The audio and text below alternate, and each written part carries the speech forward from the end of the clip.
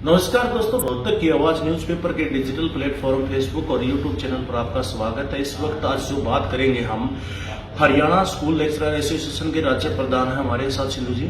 उन्होंने जो कल मुख्यमंत्री रोहतक में थे, आपने पता होगा कि उन्होंने बयान दिया था स्कूल के अध्यापकों को लेकर, फिजिक्स का जो है टीचर जो वो पढ़ा सकता है मैथमेटिक्स, उसके बयान की जो प्रतिक्रिया लेंगे। हरियाणा के मुख्यमंत्री हैं, जो कुल जो है एक ट्रांसफर ड्राइव चला हुआ है जिसको आपको देखा होगा कि आए दिन स्कूलों पर ताले लग रहे हैं। क्या कुछ सोचते हैं, ये क्या इनका मानना है, उससे संतुष्ट हैं, नहीं है? और कई महत्वपूर्ण क्वेश्चन हैं जो ऐसा मुखिया का बयान आया है, उसकी क्या इनकी प्रतिक्रिया रहेगी वो भी जान लेते हैं। नमस्कार सर। जी नमस्कार, आपके सभी दर्शकों को मेरा नमस्कार। जैसा कि आपने कहा कि कल मुख्यमंत्री महोदय ने यहाँ प्रेस वार्ता में एक ऐसा बयान जारी किया जो कि हास्यास्पद है। हास्यास्पद कैसे है, मैं 3 बिंदुओं के साथ आपको बताऊंगा। सबसे पहले तो उन्होंने कहा कि जो फिजिक्स का अध्यापक है वो भविष्य में मैथ भी पढ़ाएगा, और उन्होंने साथ में एक बात और जोड़ी कि जो एसएस का एक अध्यापक है वो इंग्लिश के साथ साथ हिंदी भी पढ़ाएगा, और जब वो पढ़ते थे तो उस समय पे ऐसी व्यवस्था होती थी।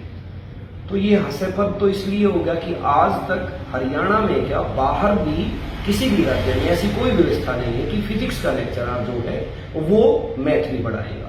हाँ, एसएस का जो अध्यापक है वो अंग्रेजी जरूर पढ़ाता है, लेकिन वो हिंदी नहीं पढ़ाता है। अब तक तो हरियाणा में ऐसे कोई नियम नहीं है।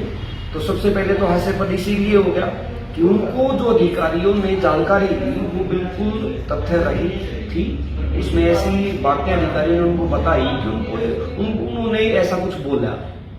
दूसरी बात, जिस पॉलिसी को मुख्यमंत्री महोदय ने स्वयं 2016 में शुरू किया और हसला ने जिसका आगे बढ़ के स्वागत किया था, जब उस पॉलिसी के बारे में पत्रकारों ने ये क्वेश्चन किया कि जी ये पॉलिसी आपने कब लागू की थी, तो वो खुद भूल चुके हैं कि 2017 या 18 में इसको लागू किया गया है।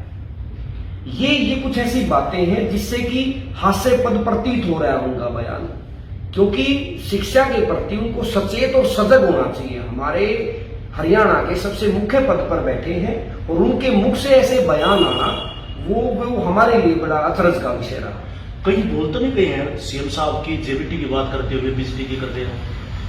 एक बात और उन्होंने अपने बयान में कही, ठीक कह रहे हैं आप। उन्होंने कहा कि हमारे पीजीटी, टीजीटी और जेबीटी के तबादले हो चुके हैं। मैं आपके चैनल के माध्यम से मुख्यमंत्री महोदय तक भी ये बात पहुंचाना चाहूंगा कि अभी तक केवल पीजीटी और टीजीटी के तबादले हुए हैं। तो ये ऐसे बयान जो कि आपने कहा कि कहीं भूल तो नहीं गए, हमें भी उनके बयान में ऐसा ही कुछ नजर आ रहा है।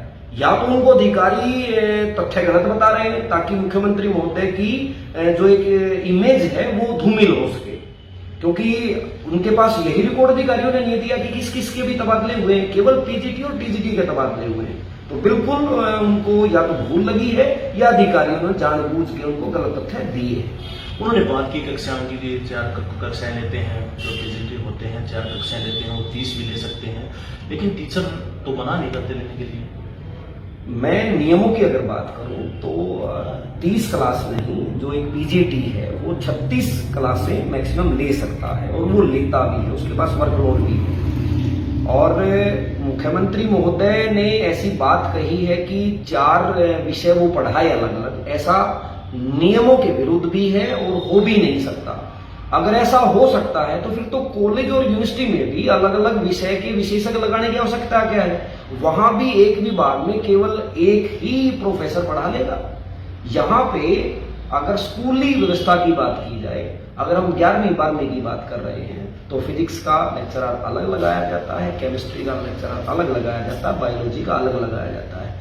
हाँ, अगर उनके कॉम्बिनेशन सब्जेक्ट की बात की जाए तो वो 9th और 10th को साइंस विषय तो अवश्य पढ़ा सकते हैं, लेकिन इसके अलावा अगर आप फिजिक्स के लेक्चरर को ये कहें कि आप हिंदी पढ़ा दीजिए, पढ़ाने को तो अध्यापक और विषय भी पढ़ा देगा, लेकिन जो बच्चों के साथ एक न्याय करना होता है, जो कि एक स्पेशलाइज्ड टीचर ही कर सकता है, जिसके लिए उसको भर्ती किया गया है, वो केवल तभी संभव है जिस विषय के लिए उसकी भर्ती की गई है, केवल उसी विषय को पढ़ाने के लिए उसको दिया जाएगा।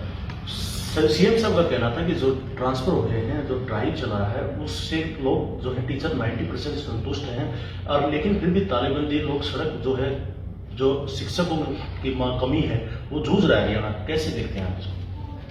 जब ट्रांसफर ड्राइव से रिलेटेड रैशनलाइजेशन के नियम बनाए गए। उस रैशनलाइजेशन के नियमों को हमने अध्ययन किया और अध्ययन में पाया कि ये जो रैशनलाइजेशन है ये गलत शब्द भी यूज कर सकते हैं या अव्यवहारिक भी यूज कर सकते हैं। अब बात आती है कि अव्यवहारिकता कैसे है। उसमें हमने पाया कि अगर इस रैशनलाइजेशन से ड्राइव आगे बढ़ा तो ऐसी जगह अध्यापक चला जाएगा जहां पे कम बच्चे हैं, आवश्यकता कम है और ज्यादा अध्यापक वहां पे भेजे जाएंगे। और इस रैशनलाइजेशन से कई स्कूल ऐसे वंचित रह जाएंगे जहां पे बच्चे होते हुए, वर्कलोड होते हुए अध्यापक नहीं पहुंच पाएगा। और इनको हमने तथ्यों के साथ अधिकारियों को समय रहते चेताया, लेकिन उन्होंने इस पर कोई ध्यान नहीं दिया और तानाशाही बरती। और आज परिणाम आपके सामने है। पूरे हरियाणा के अलग अलग जिलों में बहुत जगह पे तालाबंदी हो रही है। क्यों? वहां पे संबंधित विषय के अध्यापक ना तो 6ठी से 8वीं कक्षा तक पहुंच पाया और ना 9वीं से 12वीं पहुंच पाया। और यही बात हमने तथ्यों के साथ रखी, लेकिन अधिकारियों ने उसको नेग्लेक्ट भी कर दिया। और तो हमने सीएम साहब से मिलने की कोशिश की, अध्यापकों से पता नहीं सीएम साहब क्यों नहीं मिले। यूनियन ने समय रहते उनको बताने की कोशिश की, लेकिन अधिकारियों ने हमारी बात को छोड़िए, जो एक तथ्य सही होते हैं वो भी प्रस्तुत नहीं किए और गलत आंकड़े हमारे सीएम साहब को प्रस्तुत कर दिए। एक बार पहले भी बयान आया था सीएम साहब का कि टीचरों की कोई कमी नहीं है, रेशो के हिसाब से पूरे टीचर हैं, लेकिन आप कैसे देखते हैं कि रेशो कैसे लगाया गया है? ये आपको थोड़ी सी ज्यादा जानकारी होगी। मैं आपको बताऊंगा, जब फरवरी माह में विधानसभा में किसी एमएलए ने प्रश्न पूछा कि शिक्षा विभाग में कितने अध्यापकों की कमी है, तो वहां पे जो आंकड़ा हमारे शिक्षा विभाग या कह लीजिए शिक्षा मंत्री की तरफ से जमा करवाया गया, तो उसमें 38,000 हमारे अध्यापकों की कमी थी। और अभी जब ट्रांसफर ड्राइव चला है, चलने के बाद 2 दिन के बाद मुख्यमंत्री महोदय ने प्रेस वार्ता में बताया कि हमें केवल 11,000 अध्यापकों की आवश्यकता है। तो ये बिना भर्ती किए अध्यापक कहाँ चले गए? जबकि रेशो की अगर हम बात कर रहे हैं तो बार बार ये बताया जा रहा है कि 30 बच्चों पे एक अध्यापक दिया जाएगा। ठीक है, रेशो में हमें कोई गुरेज भी नहीं है, लेकिन इस रेशो को कंप्यूटर आधारित करके रैशनलाइजेशन किया गया। मैं एक उदाहरण के साथ आपको बताऊंगा। अगर 11वीं 12वीं में बच्चे 30 हैं, लेकिन उनके पास आर्ट, कॉमर्स, साइंस विषय है, तो एक अध्यापक से वहां काम नहीं चलेगा। हमारे मुख्यमंत्री महोदय को अधिकारियों ने यह प्रस्तुत कर दिया जी 30 बच्चे हैं और एक अध्यापक से काम चल जाएगा, लेकिन ऐसा नहीं होता। अगर आप साइंस विषय के बच्चों को पढ़ाना चाहते हो तो कम से कम 4 अध्यापक वहां पे आपको देने पड़ेंगे, एक फिजिक्स का, एक केमिस्ट्री का, एक बायोलॉजी का, एक मैथ का। तो 4 अध्यापक हो गए हैं, चाहे वहां पे 10 बच्चे हों। उसके बाद अगर हम बात करते हैं आर्ट विषय की, उसमें भी कंपल्सरी सब्जेक्ट अलग से रह गए और जो अलग अलग विषय होते हैं उनके अध्यापक अलग से रह गए। तो जो 30 बच्चों का जो अनुपात बताया गया है वो छोटी क्लासों के लिए ठीक है, लेकिन जब 11वीं 12वीं की बात आती है वहां पे नियम व्यक्तिगत तौर पे लागू नहीं होता।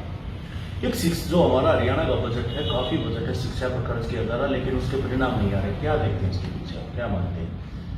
देखिए, कल भी मुख्यमंत्री महोदय ने प्रेस वार्ता में अंत में कहा है कि शिक्षा पे हरियाणा में बच्चों पे सबसे ज्यादा खर्च हो रहा है।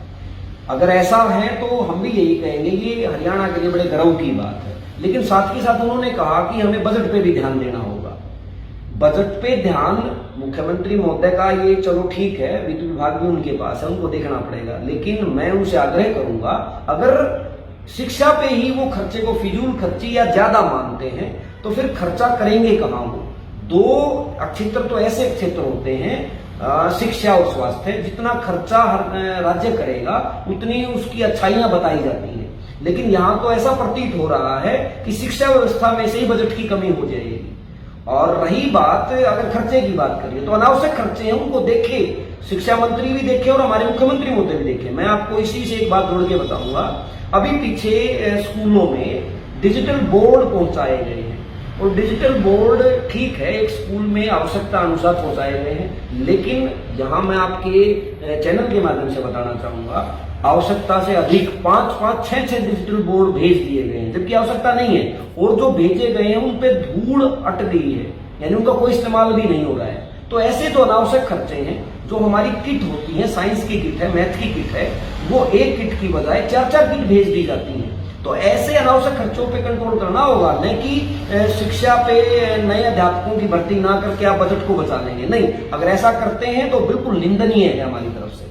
कहीं ऐसा तो नहीं है जैसे टैबलेट बांटे गए हैं विद्यार्थियों को, उसको लेकर कि शिक्षकों की जो ज्यादा आवश्यकता थी उसको कम कर दिया सरकार ने? नहीं, टैबलेट की जो आवश्यकता है वो केवल इतनी है कि किसी ऐसी व्यवस्था में, जैसे कोरोना आया था उस समय पे टैबलेट जो था वो, या ये कह लीजिए एंड्रॉइड फोन, उनकी आवश्यकता थी। अब तो केवल ये है कि बच्चों के घर पे कोई डाउट आ जाता है तो वो एक समय पे अध्यापक से पूछना चाहता है तो वो पूछ पाए। लेकिन हम ये कहें कि टैबलेट शिक्षक की जगह ले लेगा, नहीं, ऐसा बिल्कुल नहीं है। और अगर शिक्षा विभाग ऐसा कुछ सोच रहा है तो ये बिल्कुल अव्यावहारिक होगा। जब अभी अव्यावहारिकता के कारण स्कूलों पे तालाबंदी हो रही है तो टैबलेट एक शिक्षक की जगह कैसे लेगा, तो बिल्कुल वो हमारी समस्या बात है। जैसे कि ग्रामीण जो है ताला लगा रहे हैं, विद्यार्थी कहते हैं हमें टीचर चाहिए, तो इसमें कहाँ कमी रह गई? सरकार की जो कहती है कि ट्रांसपोर्ट ड्राइव जो चलाया गया उसमें कहीं भी कोई कमी नहीं रही है, संतुष्ट है, आपने उसका जवाब दिया, लेकिन क्या कारण मानते हैं इसके पीछे? अधिकारियों की मंशा, सरकार की मंशा क्या? नहीं, बिल्कुल इसमें अधिकारियों ने जो तथ्य दिए हैं, चाहे वो हमारे शिक्षा मंत्री को, चाहे वो हमारे मुख्यमंत्री महोदय को, बिल्कुल गलत आंकड़े पेश किए हैं। अब मैं आपको उदाहरण के साथ बताऊं तो पूरे हरियाणा में कम से कम 200 से 300 स्कूल ऐसे हैं जहां पे आवश्यकता से अधिक, जहां बायो की एक लेक्चरर की आवश्यकता वहां 3 भेज दिए हैं, जहां ज्योग्राफी के एक लेक्चरर की आवश्यकता थी वहां 3 भेज दिए हैं, जहां आवश्यकता थी बच्चे हैं वहां एक भी अध्यापक नहीं भेजा।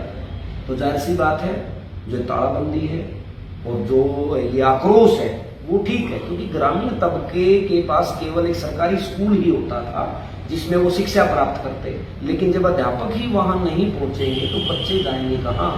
तो विरोध बनता है, तो विरोध करेंगे। तो क्या सुधार हो सकते हैं, अंत में बताएं जो भी आप सुधार हो सकते हैं? सरकार को जितना जल्दी हो सके इन अव्यवहारिकताओं को दूर करना होगा। जो अव्यवस्था फैली है वो ट्रांसफर ड्राइव के गलत रैशनलाइजेशन के कारण फैली है और इसकी जिम्मेदारी अधिकारियों की बनती है। जो लापरवाही उन्होंने बरती, जो समय रहते उनको आंकड़े हमने पेश किए उसमें उन्होंने बिल्कुल सुधार नहीं किया, और जल्द से जल्द सरकार को नई भर्ती करके जो शिक्षकों की कमी है, वास्तविक कमी जो केवल आंकड़ों में है वो नहीं, क्योंकि आंकड़े तो अधिकारियों ने गलत पेश कर रखे हैं, जो वास्तविक कमी है अध्यापकों की जल्द से जल्द भर्ती करे सरकार और हर एक बच्चे को अध्यापक मिले, ऐसी व्यवस्था सरकार को करनी चाहिए। बहुत बहुत धन्यवाद आपका। ये हंसला के जो है राज्य प्रधान थे, इनसे आगे भी हम चर्चा करते रहेंगे जो स्कूली मुद्दों को लेकर, जो और भी मुद्दे हैं टेस्ट ड्राइव के, इस तरह के कोई बयान आएंगे, कोई और जो समस्या आएगी, इनसे हम आपको फिर भी रूबरू करवाते रहेंगे। आप भी क्या राय रखते हैं कमेंट करके जरूर बताना। आपसे अपील रहेगी वीडियो को ज्यादा से ज्यादा शेयर करना। धन्यवाद।